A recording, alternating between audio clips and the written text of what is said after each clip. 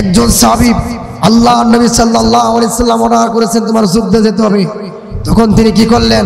তখন তিনি বললেন যে রাসূলুল্লাহ আমি আমার স্ত্রীর কাছ থেকে বিদায় নিয়ে যাচ্ছি।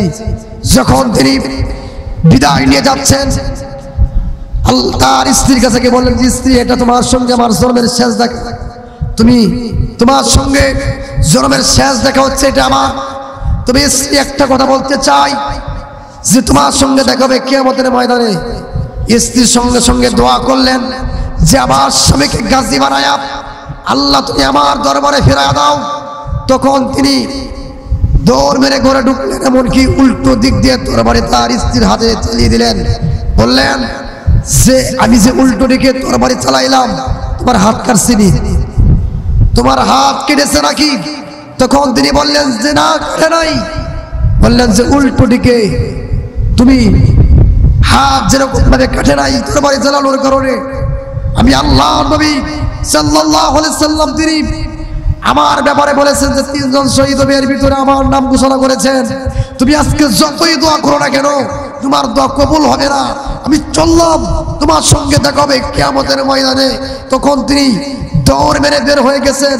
তার সন্তানেরা দৌড়ে দৌড়ে তার পিছন দিয়ে আব্বা আব্বা বলে কাঁদতেছে।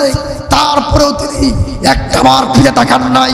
ইসলামের জন্য জীবন দিয়ে দিয়েছে, ইসলামের জন্য সে তার বুকের তাজা রক্ত পর্যন্ত দিয়ে দিয়েছে। যুবক, এই জন্য তোমাকে বলতে চাই আল্লাহর জন্য তোমার জীবন এরকম ভাবেই দিতে হবে আমার ভাইরা। এজন্য আপনার আমার বুঝতে হবে ইসলাম মানলে আপনার আমার, ইসলাম মানলে কোরআন মানলে কি ক্ষতি? আপনার আমার ইসলাম বললে আপনারই তো লাভ। আমরা সারা জীবন যদি আল্লাহর বিরোধিতা করি, সারা জীবন যদি আল্লাহর বিরুদ্ধে স্লোগান দেয়, সারা জীবন যদি আল্লাহর বিরুদ্ধে কথা বলি, সারা জীবন যদি ইসলামের বিরুদ্ধে কথা বলি, এতে আল্লাহর কোনো লাভ নাই, এতে আল্লাহর কোনো লস নাই। বান্দা তোমারই তো লস, তোমারই তো ক্ষতি, তোমারই তো ক্ষতি হবে, তোমারই তো লস হবে। বান্দা তুমি চিন্তা করো, আল্লাহর সামনে তোমার দ্বারা হওয়া লাগবে না? অবশ্যই চলো, আল্লাহর সামনে তোমার দ্বারা হওয়া লাগবে। আল্লাহর সামনে কি জবাব দিবা? তোমার যৌবন সম্পর্কে প্রশ্ন করবে, তুমি আল্লাহর সামনে কি জবাব দিবা? তুমি আল্লাহর সামনে কি বলবা? আল্লাহ তোমার হায়াত সম্পর্কে প্রশ্ন করবে, তুমি জীবনভর কি করেছো ওই প্রশ্নের তুমি জবাব কি দিবা? তুমি জীবনভর কি কাজ করেছো, কিভাবে ইলম অর্জন করেছো, কতটুকু আমল করেছো, কি জবাব দিবা যুবক? এজন্য যুবক তোমাকে বলতে চাই আল্লাহর নবীর জন্য, আল্লাহর দ্বীনের জন্য চোখের পানি তোমার ফেলতে হবে যুবক।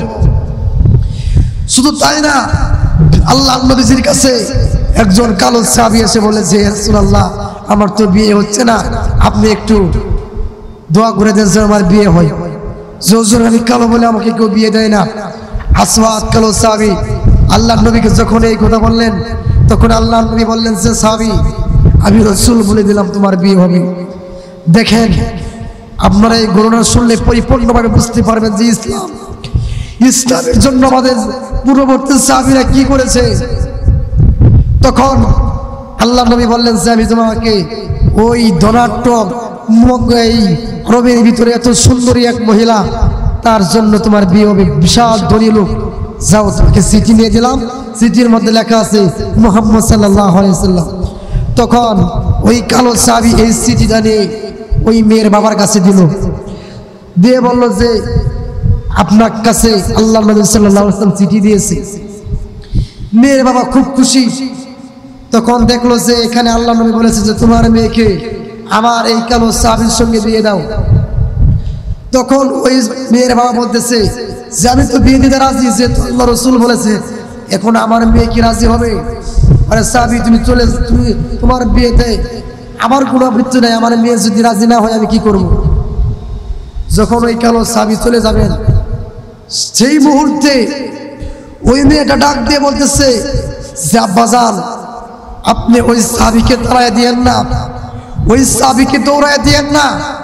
এই সাহাবীকে যদি আপনি দৌড়ায় দেন, আল্লাহর নবী আমার বিয়ের ব্যাপারে আদেশ করেছে, আল্লাহর নবী আমার বিয়ের ব্যাপারে বলেছে আমি যদি বিয়ে না করি কিয়ামতের ময়দানে আল্লাহর নবীর সামনে কি জবাব দেব? আল্লাহর নবীর সামনে কেমনে দাঁড়া হবো? আল্লাহর নবী আমাকে সুপারিশ করবেন, আমি নবীর অবাধ্য হয়ে যাব। আপনি বিয়ের ব্যবস্থা করেন। কালো সাহাবীকে বললেন যে ঠিক আছে তোমার বিয়ে হবে। কালো সাহাবী আনন্দে আত্মহারা হয়ে গেলেন। আমার ভাইরা আল্লাহ নবীকে গিয়ে বললেন রাসূলুল্লাহ বিয়ে তো রেডি। তখন ওই কালো সাহাবী এমন এক হৃদয় ভিতরে ঘটনা আপনাদের বুঝবেন যে ওই আল্লাহ নবী সাল্লাল্লাহু আলাইহি ওয়াসাল্লাম বললেন যে তুই যে বিয়ে করবার দের মোহর আছে নাকি? তখন তিনি বলেন যে দের মোহর আমার কাছে তো একটা টাকাও নাই, আমি এত গরিব। তখন বললেন যে আমার সাহাবী আলীর কাছে যাও, উসমানের কাছে যাও। যখন আলী এবং উসমানের কাছে গেল, যাওয়ার পরে এই কতগুলো দিরহাম দিল বিয়ের জন্য, অনেক টাকা পয়সা দিল। তখন মদিনার বাজারে যাচ্ছেন বাজার করার জন্য। মদিনার বাজারে যখন তিনি বাজার করার জন্য গিয়েছেন, একজন ঘোষক ঘোষণা দিতেছে যে আল্লাহ নবী সাল্লাল্লাহু আলাইহি সাল্লাম জিহাদের জন্য আদেশ করেছেন, তোমরা কি জিহাদ করবে নাকি? তখন ওই কালো সাহাবী বিয়ের বাজার করেছে, ওই বিয়ের বাজার ঘুরাইয়া দিয়া ওই কালো সাহাবী সে কি করলো, একটা পোশাক কিনেছে আর একটা তরবারি কিনেছে, ঘোড়া কিনেছে। ঘোড়া কেনার পরে সঙ্গে সঙ্গে জিহাদের ময়দানে ঝাঁপিয়ে পড়েছে। জিহাদের ময়দানে যুদ্ধ করতে করতে ওই সাহাবী শহীদ হয়ে গেছে। আল্লাহ নবী সাল্লাল্লাহু আলাইহি সাল্লাম বললেন যে তুমি যে শহীদ হয়ে গেছো, হ্যাঁ। আল্লাহ নবী সাল্লাল্লাহু আলাইহি সাল্লাম দেখেন যে ওই কালো সাহাবী মুখ কালো কাপড় দিয়ে পেঁচানো, তার মুখ কে হতে পারে? আমি তো সবাইকে চিনি, সে কালো চেহারা, কালো মুখ। তখন তিনি কাপড় উঠিয়ে দেখলেন যে কালো সাহাবী আসওয়াদ সাহাবী, যেই সাহাবী বিয়ে করার কথা, বিয়ের পালকিতে বসার কথা, সেই সাহাবী বিয়ে না করে যুদ্ধের ময়দানে এসে যুদ্ধ করতে করতে শহীদ হয়ে গেছে। যুদ্ধ করতে করতে নিজের জীবন পর্যন্ত দিয়ে দিয়েছে। যুদ্ধ করতে করতে সে আল্লাহ নবীর জন্য যুদ্ধ করতে করতে সে তার বুকের তাজা রক্ত পর্যন্ত দিয়ে দিয়েছে। বুকের তাজা রক্ত পর্যন্ত দিয়ে দিয়েছে। আল্লাহ নবী সাল্লাল্লাহু আলাইহি সাল্লাম চোখের পানি ছেড়ে দিয়েছেন। চোখের পানি ছেড়ে দিয়ে কাঁদতেছে, আরে এই সাহাবীটা বিয়ের জন্য কত সব করেছে, কিন্তু এখন বিয়ে সবকিছু আজকে তার বিয়ের পিড়িতে বসার কথা, এখন সে শাহাদাত বরণ করেছে। আল্লাহর কাছে দোয়া করলো, আল্লাহ তাআলা আমার এই সাহাবীকে আল্লাহ তুমি জান্নাতের হুরদের সঙ্গে বিয়ে পড়ায় দাও। আল্লাহ নবী তার জন্য মন খুলে দোয়া করলেন।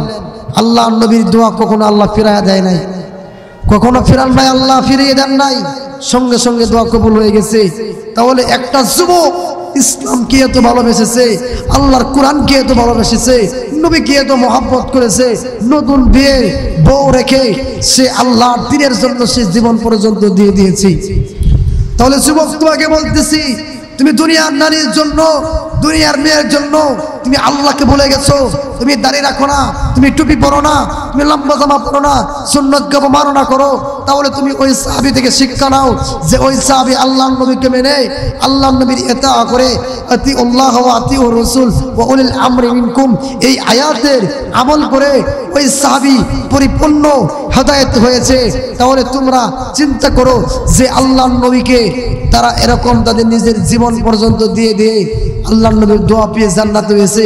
আরে তুমিও যদি আল্লাহর নবীর উপর দরুদ করো, আল্লাহর নবীকে ভালোবাসো, দুনিয়ার রঙ্গ বিলাস বাদ দিয়ে যদি আল্লাহর দ্বীনের জন্য ঝাঁপিয়ে পড়ো, ইসলামের বিরোধিতা করে তাদের বিরুদ্ধে যদি লেলিয়ে পড়ো, তাদের বিরুদ্ধে যদি তুমি অবস্থা গ্রহণ করো, তুমিও দেখবা যে আল্লাহ রাব্বুল আলামিন তোমাকে কিয়ামতের ময়দানে ওই সাহাবীদের মতো তোমাদের সম্মান আল্লাহ বাড়ায় দিয়েছেন। আল্লাহ নবী সাল্লাল্লাহু আলাইহি সাল্লাম তার একজন সাহাবী, তার নাম হচ্ছে আব্দুল্লাহ ইবনে মাদাজিন রাদিয়াল্লাহু তাআলা, ইসলাম ধর্ম গ্রহণ করেছে। চাচা বললো যে ভাতিজা তুই নাকি ইসলাম ধর্ম করেছিস, গ্রহণ করেছিস? তখন বললো যে চাচা আকাশের চন্দ্র যেমন সত্য, আমি দিন গ্রহণ করেছি এটা তার সেই তো সত্য। চাচা বললে কি তুই ইসলাম কবুল করছো, তুই দিন গ্রহণ করছো, তুই তো আমাদের মুখে চুলকালি দিলে, আমাদের বাপ দাদার মুখে চুলকালি দিলে, তোরে এত খাওয়াইলাম, এত আদর করলাম, এত কিছু করলাম, আর তুই বলতেছিস তুই ইসলাম কবুল করছস। তুই যদি ইসলাম না ছাড়স তাহলে কিন্তু আমার বাড়িতে বের হয়ে যাবে। বলতেছিস আচ্ছা আমি জীবন দিয়ে দেব, তারপরও বের হব না। বললো ঠিক আছে, তুমি যদি ইসলাম না ছাড়ো তোমার সমস্ত সম্পদ আমি তোমাকে একটাও দেব না। ঠিক আছে, আপনি নিয়ে নেন সম্পদ, ইসলাম ছাড়বো না। বললেন তুমি যদি ইসলাম না ছাড়ো, তুমি যদি দিন না ছাড়ো, তুমি যদি ইসলাম না ছাড়ো, দিন না ছাড়ো, তাহলে কিন্তু তোমার পরনের যে লুঙ্গি আছে লুঙ্গিটাও নিয়ে নেব। মনে করছে যে উলঙ্গ হওয়ার ভয়ে ইসলাম ছেড়ে দেবে, কিন্তু না, তিনি জবাব দিয়েছেন যে আমাকে উলঙ্গ করেন, তারপর আমি ইসলাম ছাড়ব না। তখন আল্লাহ নবী সাল্লাল্লাহু আলাইহি সাল্লামের দরবারে গেলেন উলঙ্গ অবস্থায়। শীতের দিন, প্রচন্ড শীত, থরথর করে কাঁপতেছে। ওই সাহাবী আল্লাহ নবীর দরবারে কোরআন আনলেন আল্লাহ নবীর দরবারে। কোরআনের আল্লাহ নবীকে বললেন, ইয়া রাসূলুল্লাহ, ইয়া হাবিবাল্লাহ, আমি আপনার দরবারে চলে এসেছি। বলল, তুমি কে? দরজা খুলে দেখেন যে ওই সাহাবী আব্দুল্লাহ রাদিয়াল্লাহু তাআলা ছেড়ে দেওয়ার পরে ওই সাহাবী রাদিয়াল্লাহু তাআলা দেখে তার লজ্জাস্থান ঢাকা ছোট্ট একটা কাপড় দিয়ে আসার সময় আমার কাছ থেকে নিয়ে আসছি। তখন আল্লাহ নবী সাল্লাল্লাহু আলাইহি সাল্লাম তার একটা জুব্বা দিলেন, জুব্বা মোবারক দিলেন। জুব্বা মোবারক যখন দিয়ে দিয়েছে, জুব্বা মোবারক দিয়ে দেওয়ার পরে ওই সাহাবী রাদিয়াল্লাহু তাআলা জুব্বা মোবারক দিয়ে দেওয়ার পরে আল্লাহ নবী দোয়া করেন যে আমার এই সাহাবীর রক্ত মাংস আল্লাহ তুমি কাফেরদের জন্য হারাম করে দাও। তখন ওই সাহাবী বললেন, হুজুর, আমার তো সারা জীবনের শখ আমি যুদ্ধ করে মরব, জিহাদ করে মরব। আল্লাহ নবী বললেন, আমি রাসূল বলতেছি, তুমি যদি গোরের ভিতরে কাতরাতে কাতরাতে মরে যাও, তারপরেও শাহাদাতের মর্যাদা আল্লাহ পাক তোমাকে দিবে। এজন্য আমরাও শাহাদাতের নিয়ত করি। আমরা যদি গোরের ভিতরেও যদি পড়ে মরি, আল্লাহ রাব্বুল আলামিন শাহাদাতের মর্যাদা আমাদেরকে দিবেন। আর শহীদের মর্যাদা কিরকম, যে একটা শহীদ যদি দুনিয়া থেকে বিদায় হয়ে যায়, শাহাদাত দ্বারা বরণ করে তাদেরকে শহীদ বলা হয়। যারা আল্লাহর দ্বীনের জন্য জীবন দ্বারা দিয়ে দেয় তাদেরকে শহীদ বলা হয়। যদি সে দুনিয়া থেকে বিদায় হয়ে যায়, শহীদ করতে করতে আল্লাহর কাছে পৌঁছাতে পৌঁছাতে আল্লাহ রাব্বুল আলামিন তাকে জান্নাতের ব্যবস্থা করে দিবেন। এমন জান্নাত, যে জান্নাত 50 বছরের জন্য না, 100 বছরের জন্য না, 1000 বছরের জন্য না। এই জান্নাত হচ্ছে কোটি কোটি বছরের জন্য না, চিরস্থায়ী জান্নাত, যে জান্নাতের কোনো সময় সূচি আল্লাহ উল্লেখ করে নাই। তার মানে প্রমাণ হচ্ছে ওই জান্নাতটা কেমনে পাইবা? মৃত্যু হতে দেরি হবে, ওই জান্নাতে যেতে দেরি হবে না। সেটাই হচ্ছে শাহাদাতের মরণ। সম্মানিত হাজিরিন, আমি আপনাদেরকে পরিষ্কার ভাষায় বলতে চাই, আমি আপনাদের সামনে এতক্ষণ আলোচনা করেছি বহু সাহাবীদের ঘটনা, আমি আপনাদের সামনে বলেছি, আপনারা শুনেছেন। এগুলো থেকে শিক্ষা নিতে হবে। শিক্ষা একটাই, সব ঘটনার শিক্ষা হচ্ছে একটাই, যে আল্লাহ নবীকে সাহাবায়ে কেরাম ভালোবেসেছে, আল্লাহকে ভালোবেসেছে, ভালোবেসে তারা তাদের জীবন পর্যন্ত দিয়ে দিয়েছে। তারা ভালোবেসে তাদের জীবন আল্লাহর রাস্তায় উৎসর্গ করেছে। তারা শাহাদাতের মর্তবা আল্লাহর কাছে পেয়েছে। এজন্য আপনাকে আমাকে ভয় পেলে চলবে না। তেমনি ভাবে আপনাকে আমাকে বুঝতে হবে, আমাদের আকাবির পূর্ববর্তীদের কথা আমাদের মনে রাখতে হবে। শাহজালাল রহমতুল্লাহ আলাই সুদূর ইয়ামান থেকে বাংলার জমিনে তখন তিনি আসেন, বাংলার জমিনে আসার পরে তিনি কিভাবে আসলেন? শাহজালাল রহমতুল্লাহ আলাইহির মামা, তিনিও এক আধ্যাত্মিক জগতের মানুষ ছিলেন। একটা হরিণ এসে বলতেছে যে, ও শাহজালাল, আমার এই 2টা সন্তানকে বাঘে খেয়ে ফেলেছে। তখন শাহজালাল রহমতুল্লাহ আলাই 12 বছরের ভালো শাহজালাল রহমতুল্লাহ আলাই দেখতে পেল যে একটা বাঘ 2টা হরিণের বাচ্চাকে খেয়ে ফেলেছে। বাঘকে ডাক দিলে, এদিকে আসো, তুমি নাকি 2টা হরিণের বাচ্চা খেয়ে ফেলেছো। তখন তিনি বলেছেন যে আমি খেয়ে ফেলেছি। তখন তিনি বললেন যে তুমি যে খেয়ে ফেলেছো এগুলো বের করে দাও। তুমি যদি তা বের না করে দাও তাহলে কিন্তু তোমার উপর অনেক সমস্যা হবে, তোমার উপর গজব নাজিল হবে। তখন সঙ্গে সঙ্গে বের করে দিয়েছে। বের করে দেওয়ার পরে বমি, যেরকম আমরা বাসে উঠলে অনেকেই বমি করি, ওই হরিণী এরকম ভাবে হরিণীকে বমি করে যখন ফেলে দিয়েছে, ফেলে দেওয়ার পরে শাহজালাল রহমতুল্লাহ আলাই ওই হরিণীগুলোকে আবার জিন্দা করলেন। জিন্দা করে ওই হরিণীর কাছে দিয়ে দিলেন 2টা বাচ্চাকে। এই আধ্যাত্মিক শক্তি দেখে তখন তার মামা বললেন যে ঠিক আছে ভাই, না, এক মুঠি তুলে দিলাম, এই দুলির গ্রানে গ্রানে তুমি চলে যাও বাংলাদেশের সিলেট অঞ্চলে। যখন তিনি বাংলাদেশের সিলেট অঞ্চলের সুদূর ইয়েমান থেকে আসেন, ভারতের জমিনে যখন তিনি পা রাখলেন, পা রাখার পরে এক আল্লাহর ওলি, বিশাল বড় এক আল্লাহর ওলি, যার নামটা আমার এখন খেয়াল নেই, আমি তার নামটা এখন বলতে পারতেছি না, দুঃখিত। তবে ঘটনাটা তাদেরকে বলি যে ওই আল্লাহর ওলি আধ্যাত্মিক জগতের মানুষ ছিলেন, যে তিনি পানির উপর যাই নামাজ বিছিয়ে নামাজ পড়েছে, তিনি এত বড় আধ্যাত্মিক জগতের মানুষ। তখন শাহজালালকে বললেন, শাহজালাল রহমতুল্লাহ আলাইহি তার সঙ্গে দেখা হলো। যখন শাহজালালের সঙ্গে দেখা হলো, দেখা হওয়ার পরে আমার বন্ধুগণ শাহজালাল রহমতুল্লাহ আলাইহিকে খাবার দিল, রুটি দিল, রুটির ভিতরে আগুন ভরে দিল। ওটা দুনিয়ার আগুন না, ওটা হচ্ছে ইশকের আগুন, আধ্যাত্মিক জগতের আগুন। দেখলো শাহজালাল খেয়ে ফেলেছে। তখন শাহজালালকে দোয়া করলো যে আপনি সিলেটের জমিনে চলে যান। যখন তিনি সিলেটের জমিনে চলে গিয়েছেন, গৌর গোবিন্দ যে এক পরাক্রমশালী শক্তি, সেই গৌর গোবিন্দ, সেই ইসলামের দুশ্মন, আল্লাহর কোরআনের দুশ্মন, গৌর গোবিন্দ বলেছে যে তুমি সিলেটে ঢুকেছো, তুমি সিলেট থেকে চলে যাও, তা না হলে তোমার বিরুদ্ধে যুদ্ধ করব, তোমার রাস্তা আটকে দেব। শাহজালাল রহমাতুল্লাহ আলাইহিকে যখন এই কথা বললেন, এই কথা বলার পরে তিনি জবাব দিয়েছেন যে তুমি আমার রাস্তা আটকে ফেলো আর যাই ফেলো, যত কিছুই করো, আমি তোমাকে পরিষ্কার ভাষায় বলতে চাই, আমি এই সিলেটের জমিনে আল্লাহর দ্বীন কায়েম করার জন্য এসেছি, আল্লাহর কালিমা উত্তীর্ণ করার জন্য এসেছি। যদি আমার জান্নাতে নিয়ে জীবন দিতে হয় তারপরেও দেবো। শাহজালাল রহমাতুল্লাহ আলাইহি তিনি সুরমা নদীর উপর যাই নামাজ দিয়েছে, সুরমা নদী পাড়ি দিলেন, তার রাস্তা বন্ধ করে দিয়েও শাহজালালকে আটকাতে পারে নাই। তখন তার সফর সঙ্গ ছিলেন নাসির উদ্দিন রহমাতুল্লাহ আলাইহি। সেই নাসির উদ্দিন রহমাতুল্লাহ আলাইহি তিনি বলেছেন যে নাসির উদ্দিন রহমাতুল্লাহ আলাইহিকে অর্ডার করেছেন যে আপনি আযান দেন। যখন তিনি আযান দিলেন, আযান দেওয়ার পরে গৌর গোবিন্দ পালিয়ে যেতে বাধ্য হয়েছে। গৌর গোবিন্দর সেই রাজপ্রাসাদ ভেঙে খানখান হয়েছে। তার মানে আল্লাহু আকবরের ধ্বনির পাওয়ার আছে, আল্লাহু আকবরের ধ্বনির স্লোগানের পাওয়ার, এত পাওয়ার, এই পাওয়ার এটম বোমার চাইতে অনেক বেশি শক্তিশালী। আর পাওয়ার নাস্তিকদের বুক থরথর করে কাঁপে এই নারায়ে তাকবীর আল্লাহু আকবরের স্লোগান শোনার পরে। এজন্য মুসলমান বন্ধুগণ, এই শাহজালাল রহমাতুল্লাহ আলাইহির মতো ইমানি পাওয়ার আপনার আমার দিতে হবে।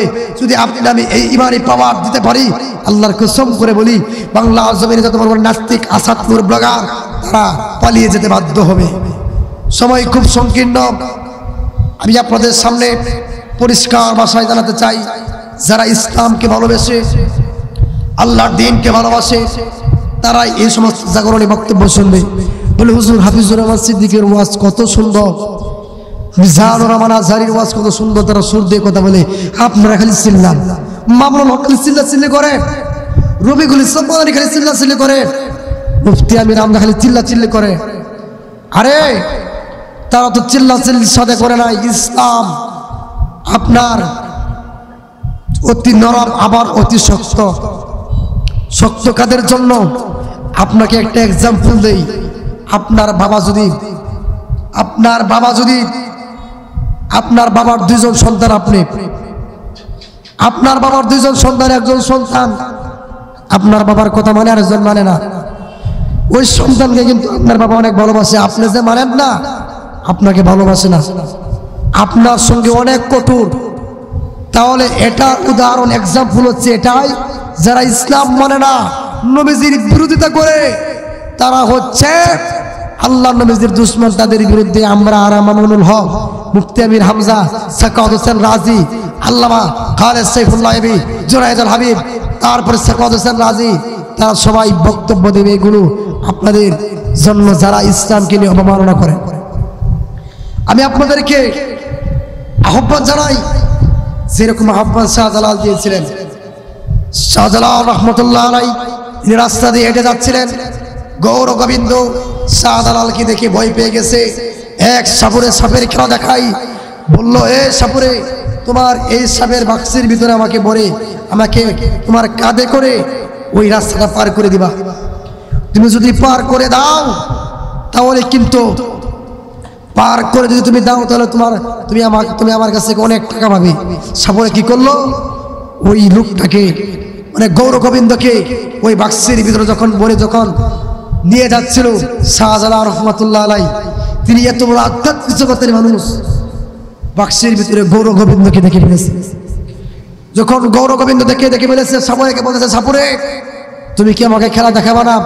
তখন তিনি বললেন যে হ্যাঁ হুজুর, আপনাকে খেলা অবশ্যই দেখাবো, আপনাকে অবশ্যই খেলা দেখাবো হুজুর। তখন ছোট একটা সাপের বাক্স খুললেন। তখন শাহজালাল বললেন যে না, আমি তো বড় সাপটাকে দেখতে চাই, আমি বড় সাপটাকে দেখতে চাই, বড় সাপটা আমাকে একবার দেখাও, আমি দেখি। যখন তিনি বললেন যে আমি বড় সাপটাকে দেখতে চাই, তখন তিনি বললেন যে আচ্ছা ঠিক আছে, বড় সাপ আমি আপনাকে দেখাচ্ছি।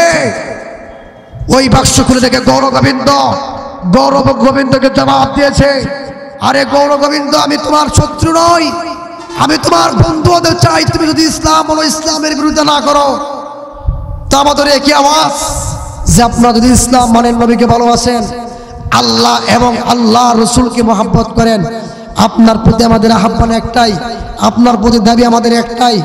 আপনারা কাকে বলতেছি? যারা নাস্তিক ব্লগার তাদেরকে বলতেছি, এমনি আপনারা কেউ মাইন্ড করেন না, আপনারা যারা আছে এখানে মাইন্ড করেন না, ঠিক আছে?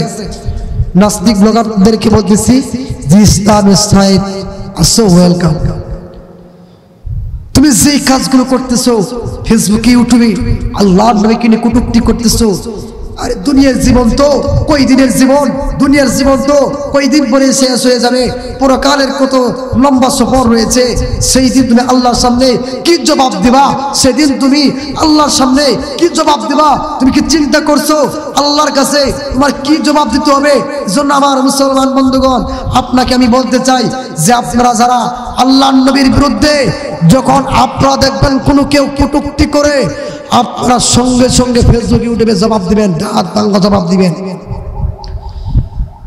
খেলা চলতেছে লাইভে, একদিন আমার এক ভক্ত আমাকে বলতেছে যে হুজুর, আমি খেলা দেখতেছি, বাংলাদেশের খেলা হচ্ছে, তো এখানে অনেকেই কিন্তু খেলার বিষয়ে কমেন্ট করে যে অমুক প্লেয়ার খুব সুন্দর খেলেছে, অমুকে বাজে পারফরমেন্স করেছে, তো এইগুলো কিন্তু অনেকেই করে।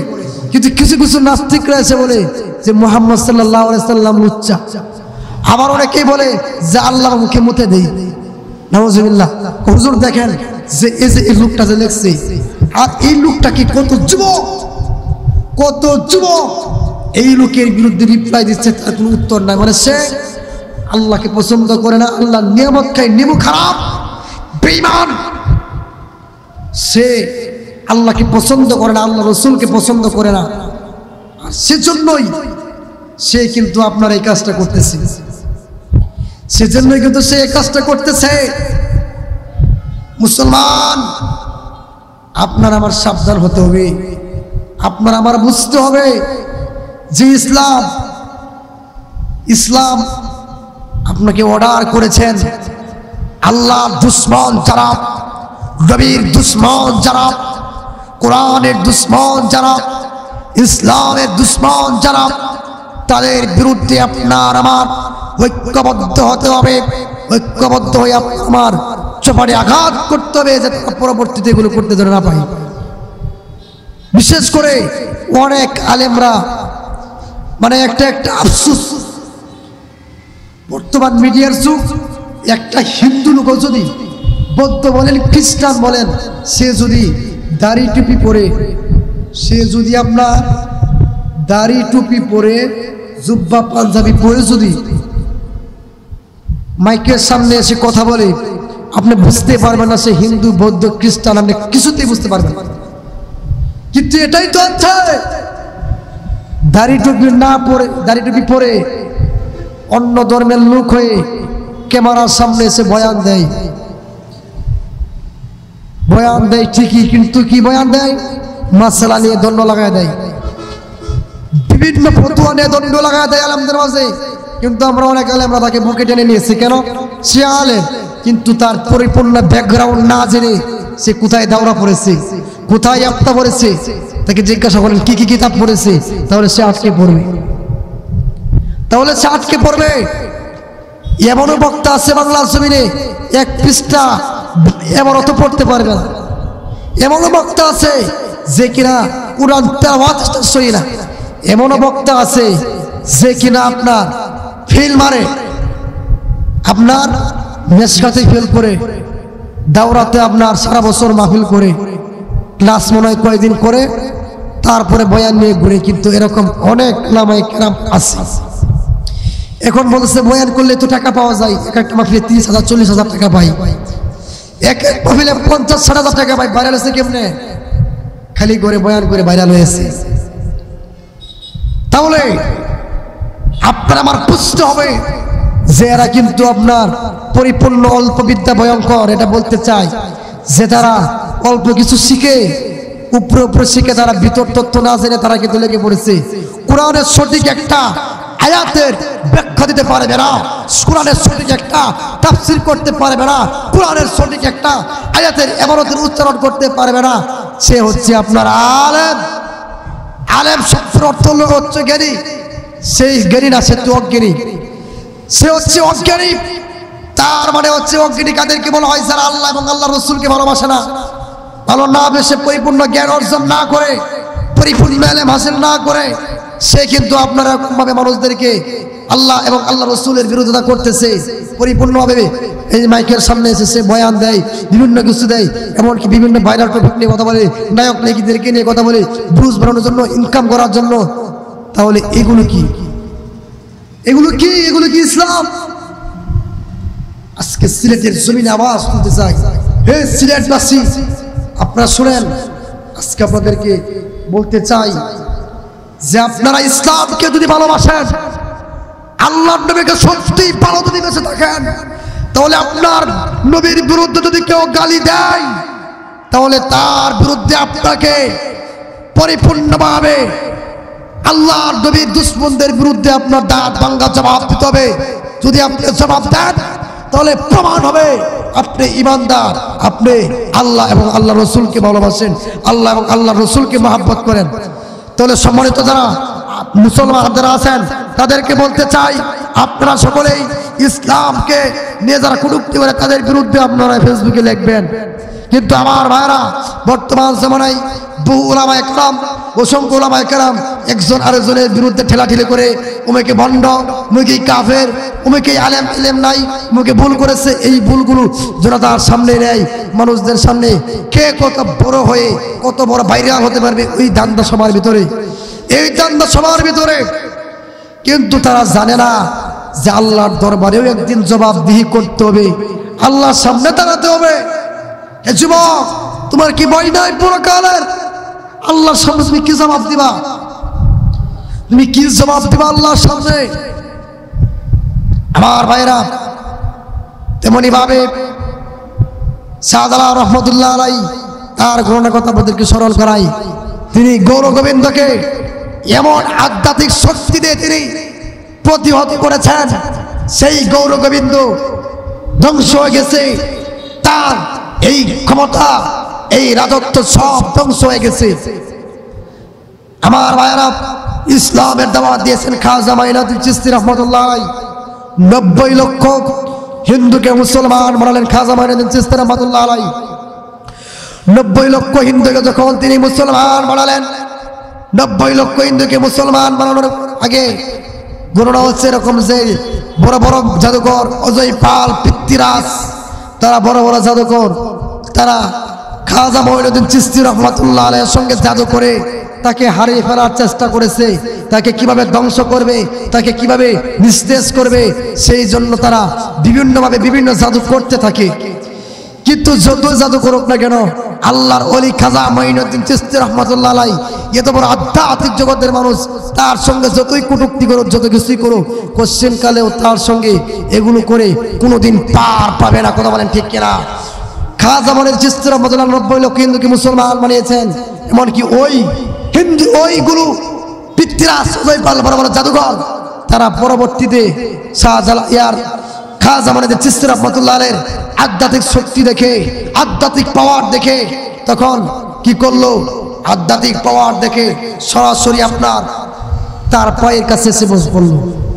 পায়ের কাছে এসে যখন পড়লো, পায়ের কাছে আসে বললো যে হুজুর আমাদেরকে ইসলাম ধর্ম গ্রহণ করা দেন।